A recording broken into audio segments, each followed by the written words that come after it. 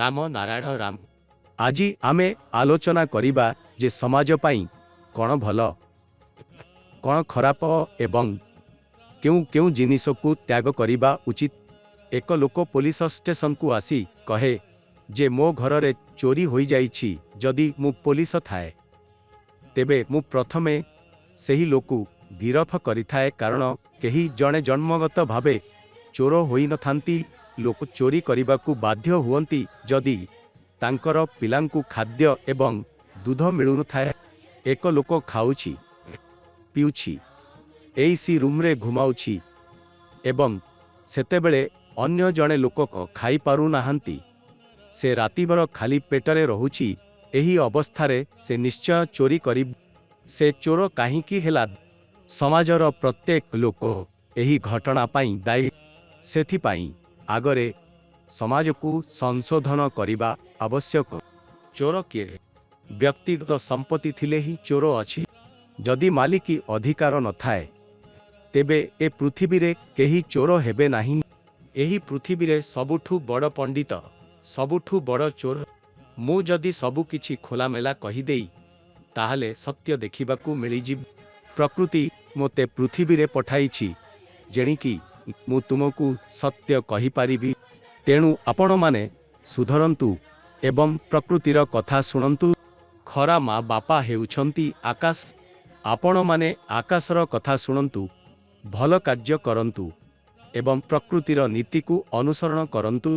एही मोर कथा नुहे, एही प्रकृतिर कथा जहाकी मु आपणंकु कहुछि। एही पृथ्वी को सुधारिबा पाई आमे समस्ते एकत्र हेबा उचित। मोदी को अवसर दियंतु, से भल अछंती। कांग्रेस को भोट दियंतु नाही, कारण सेमाने भारत एवं पृथ्वी को विनाश करि दैछंती। पृथ्वी रे केवल मोदी एवं जोगी दरकार। मोदी 800 कोटी लोकंक भल पाई भावना करंती, किंतु अन्य माने केवल निज शक्ति, धन एवं परिवार विषय रे भावंती। एही मानसिकता रहिले ताहाले अंतर्दिने सबु नष्ट हे। पृथ्वी उद्धार पाई मोदींको उपरे दायित्व पड़िछि। मोदींको निद्रा हराम होई जाइछि लोकंक भावना करी करी। मोर अनुरोध, मो कथा शुणंतु। एहा मो कथा नुहे, एही प्रकृतिर कथा। आजी मु अछि, काली रहिबी नाही। तेणु प्रकृतिर आवाज को शुणंतु एवं मोदींक कथा गुडी को अनुसरण करंतु। सेहिठी सत्य अछि।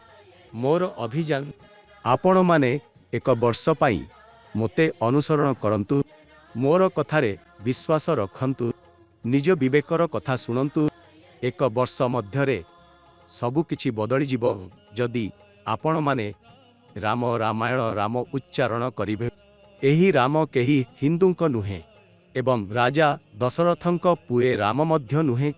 मु सेही रामंक विषय रे कहुछि, जिए श्रीरामचंद्रंक रोम रोमरे अछंती, जिए प्रत्येक मनीष प्रत्येक प्राणी एवं प्रकृति रे व्याप्त। तेणु मोर कथा शुणंतु। मु प्रकृतिर कथा कहुछि। ध्यान करंतु। मंदिर को जिबा आवश्यक नुहे। पृथ्वी आमर चिरस्थायी घर नुहे। आमे एठी अतिथि। आमे आसीछु, तेबे फेरी जिबा उचित। प्रकृति सबु किछि अटे, अछि एवं रही। राम नारायण राम। फैक्टोरियल।